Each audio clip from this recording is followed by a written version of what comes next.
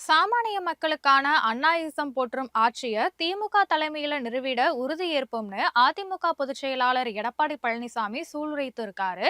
பேரறிஞர் அண்ணாவுடைய பிறந்தநாளையொட்டி எடப்பாடி பழனிசாமி வெளியிட்டுள்ள எக்ஸ்தல பதிவுல தமிழ்நாடு தமிழ் திராவிடம் அப்படின்னா அண்ணா அப்படின்னும், அண்ணா என்றால் தமிழ்நாடு தமிழ் திராவிடம்னு குறிப்பிட்டிருக்காரு. இந்தியால ஒரு மாநில கட்சி ஆட்சி அமைக்க முடியுமா, நாட்டுக்குள்ள ஒரு தமிழ்நாடா அப்படின்னு சந்தேக கேள்விகள் கேட்ட காலத்துல தன்னுடைய செயலாலையும் சாதனையாலையும் பதில் சொன்ன தென்னாட்டு தென்றல் அண்ணா அப்படின்னு புகழாரம் சூட்டியிருக்காரு.